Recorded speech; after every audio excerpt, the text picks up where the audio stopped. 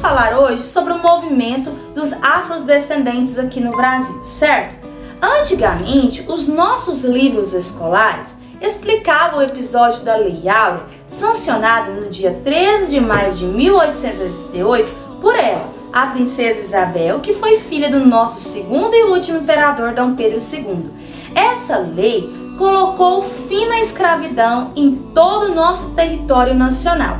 A princesa, ela era definida como redentora e libertadora dos escravos. Mas, infelizmente, o tempo passou e a própria história passou a ser atualizada. E tiraram o foco dessa data tão importante e colocaram outra no lugar. Mas vocês sabem por quê? Porque não faz sentido que o protagonismo da luta negra seja de uma mulher branca e ainda princesa. Eles resolveram focar na data 20 de novembro, que também é uma data muito importante, dia que teria sido assassinado o último líder do Quilombo dos Palmares, o famoso Zumbi. Hoje, ele é reconhecido como um símbolo da resistência negra. Então, o dia 13 de maio de 1888 foi de uma forma bem discreta substituída pela data 20 de novembro, que é agora comemorado o Dia Nacional da Consciência Negra. Temos um escritor chamado Paulo Rizzuti. Ele é bem conhecido aqui no Brasil, já deu até entrevista já na televisão e ele tem até um canal no YouTube. Ele é escritor de grandes livros que fala sobre o Império, inclusive eu tenho um aqui.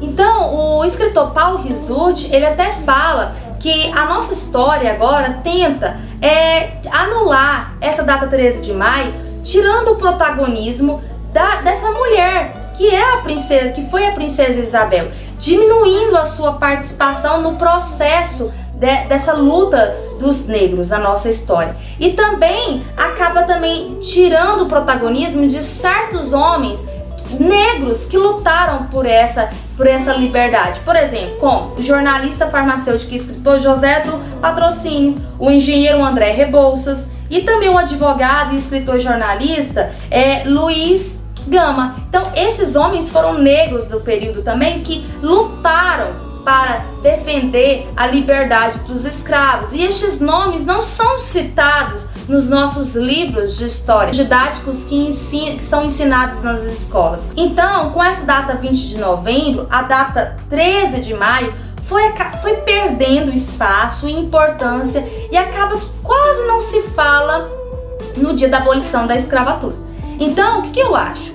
Devemos conscientizar, sim, as nossas crianças que a luta destes personagens foi árdua, foi difícil e que cada conquista teve uma importância para a nossa história.